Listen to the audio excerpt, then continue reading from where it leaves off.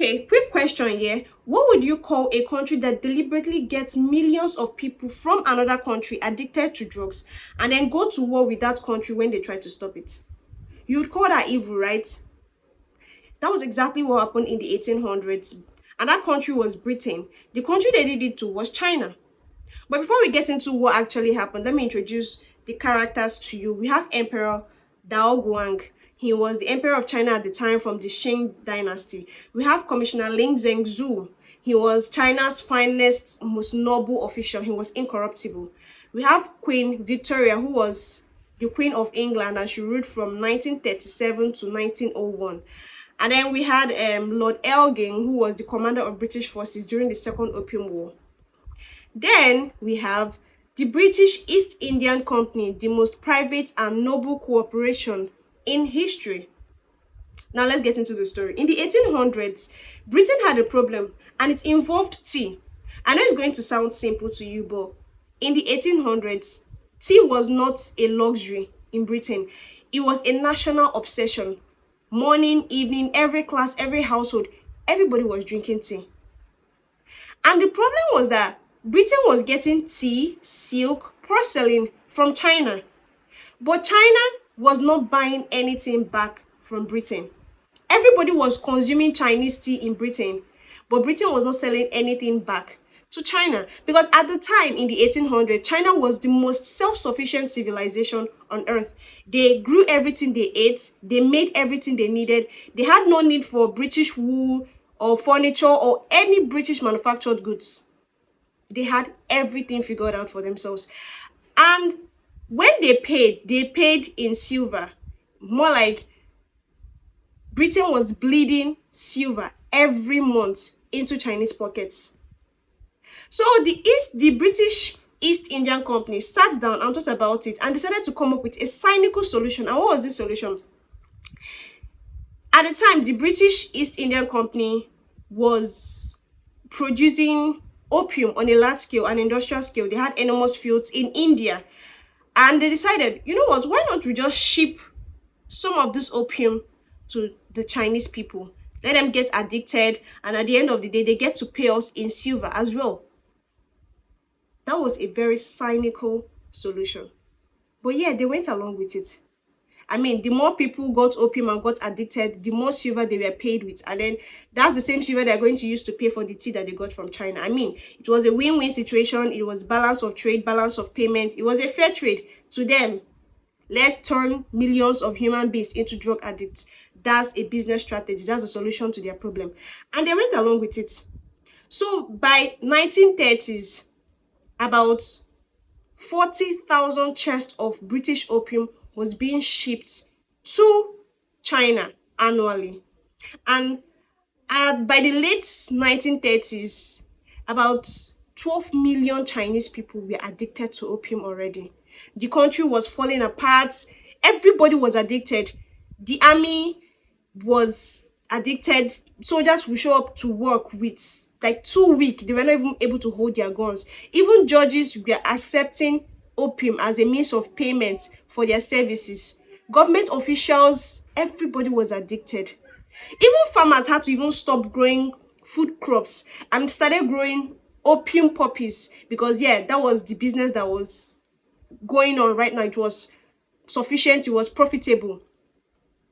And then the emperor Dao Guang decided to call a spade a spade. He said enough was enough when his son died of an overdose. So in 1838, the emperor made a decision. He appointed his most trusted official, Commissioner Ling Zhengzhou, and sent him to Canton, because Canton was the port where the entire opium was coming into China from. He sent him to check out the situation of things and then report and just manage the entire crisis. And the reason he appointed Commissioner Ling Zhengzhou was because he was the only official in the whole of China at the time who was able to manage the entire crisis. He was able to successfully ban opium from his own province. So the emperor felt he should be able to do the job. So Commissioner Ling Zhengzhou arrived Canton in March 1839 and he immediately set to work. He arrested the Chinese dealers. He arrested hundreds of them. And then he turned to the British merchants that were selling these drugs. And then he told them to hand over the remaining drugs they had with them. But they laughed at him, and then he locked them up in their warehouses without food, without water. Nobody was permitted to go in or out of the warehouse. And then 6 weeks later, they gave in. They handed over about 20,000 chests of British opium to Ling Zhengzhou. And each of these chests contained or weighed 65 kilograms each. So you should do the math and understand how much opium was in China at the time. Ling Zhengzhou carried these chests and went to the humane beach. He mixed this opium with salt and lime, and then he flushed the entire thing down the sea. This exercise took about 22 days with about 500 government officials actively working to flush out the entire chest of opium. And when Ling Zhengzhou finished, he did something very remarkable. He wrote a letter to Queen Victoria of England. He wrote, "I am told that in your country opium is forbidden. You know it is a poison. You know what it does to people. We have the same laws. We have the same concerns. Would you want someone doing this to your people? Then why are you doing it to ours? I urge you, for the sake of human decency, stop this trade." But Queen Victoria never responds. Instead, warships were sent to China. And what was Britain's official reason for going to war with China? Oh, China destroyed their property and they were blocking free trade. And what was this property in question? The drugs they were destroying the Chinese people. And the free trade was their freedom to conduct the selling of these drugs without interruption. Britain arrived with steam-powered iron warships, a technology that China had not seen before, because at the time China still had wooden chunks. Their ships were made of wood and just weak soldiers. But China was able to fight with everything they had. But at the end of the day, the British Navy won, because in one arrangement at the mouth of Pearl River, the British Navy was able to launch an offensive on Chinese fleets, and it was destroyed within a couple of hours. So when China surrendered in 1842 with a treaty called the Treaty of Nanking, there were terms that Britain demanded for. One, Britain demanded that China pay 21 million silver dollars, including compensation for the opium that Commissioner Ling Zhengzhou destroyed. Two, China was to open about 5 ports for British merchants to live and to trade there, and Chinese laws wouldn't apply to them. 3, China was to get Hong Kong, a piece of land that belonged to China. And at the end of this, the emperor blamed Commissioner Ling Zhengzhou for provoking the war, and then he was dismissed from his job and sent into exile. At the end of the war, Britain lost about 69 soldiers in the 3-year war that ended in 1842, and China lost over 20,000 soldiers. But then after the war, the entire opium trade exploded. The number of addicts grew every year, and the state of the country was getting worse. But then Britain was not satisfied with this. They wanted more. They wanted more ports, more access. They wanted a permanent embassy in Beijing. They wanted to be able to travel around China permanently. And most importantly, they wanted opium to be legalized in China, which the emperor refused. And so they looked for another reason to go to war with China. And yes, they did find one, because in 1856, a Chinese-owned vessel called Arrow was boarded by Chinese officials. But the problem was this vessel had the British flag on it, because initially the ship was awarded to British merchants. So when the British saw this, they said, oh, it was an insult to their flag, and then they declared war on China. And France joined in too. France joined in this second Opium War, because they said that a French missionary was executed in China while he was doing his active duties. And so France and Britain declared war on China. British and French troops marched to Beijing, but before they could get to Beijing, the emperor already fled the capital, and then China surrendered.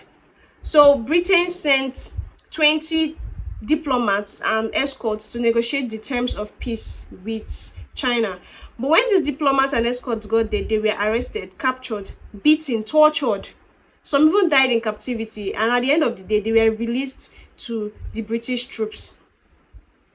Lord Elgin, the commander of the British forces, felt a response was necessary. And what did he do? Just outside the capital of China, Beijing, sat the old summer palace. And this was not just an ordinary building. It was a structure that housed hundreds of palaces, libraries, gardens, temples.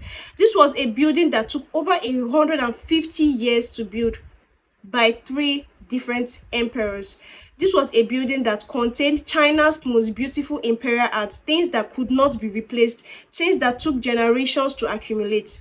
Lord Elgin ordered that it be burned to the ground. So for the next 2 days, British and French troops, soldiers, they looted everything they could carry out of the old summer palace. And then 3 days later, 3,500 soldiers went in and burned the place to the ground. About 300 maids, servants, and eunuchs burned down with the old summer palace.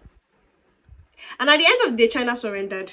And with China's surrender came new terms of peace by Britain. Britain demanded for more ports, more access, and yeah, it got what it wanted for the legalization of opium in China. And in addition, Britain got a peninsula in addition to the Hong Kong it got earlier. The worst of it was that Russia, that did not participate in the war, but just because it showed up for the peace talks, walked away with a vast territory in northeastern China. And over the following decades, foreign powers dispersed or shared territories, marked out or carved out territories for themselves in China. Countries like Japan, Germany, France, Britain, Russia.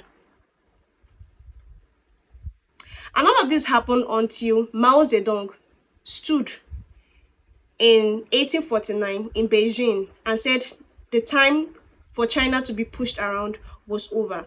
But you should remember that the ruins of the old palace still exist. China never worried to build it again. They left it there to serve as a reminder for generations to come about what happened in 1860. The stolen artifacts still sit across different museums and private collections in Britain and France right now. China has been asking for them back for over 160 years. China never forgot the opium, the addicts, the dead, the land taken, the burned palace, the unequal treaties. Every generation of Chinese leadership since 1949 has been shaped by this history. The desire to be strong enough so that no outside power can ever do that to them again. From 1839 to 1949 marked over 100 years of being carved, exploited, and disrespected by the outside world. The Chinese call it the century of humiliation. So history doesn't just disappear. It becomes the reason for everything that comes after it. Drop a comment about what piqued your interest the most in this story. And don't forget to like and subscribe to this channel, because I tell world stories that is put without confusion. I'm Miriam, and I'll see you in my next video. Bye.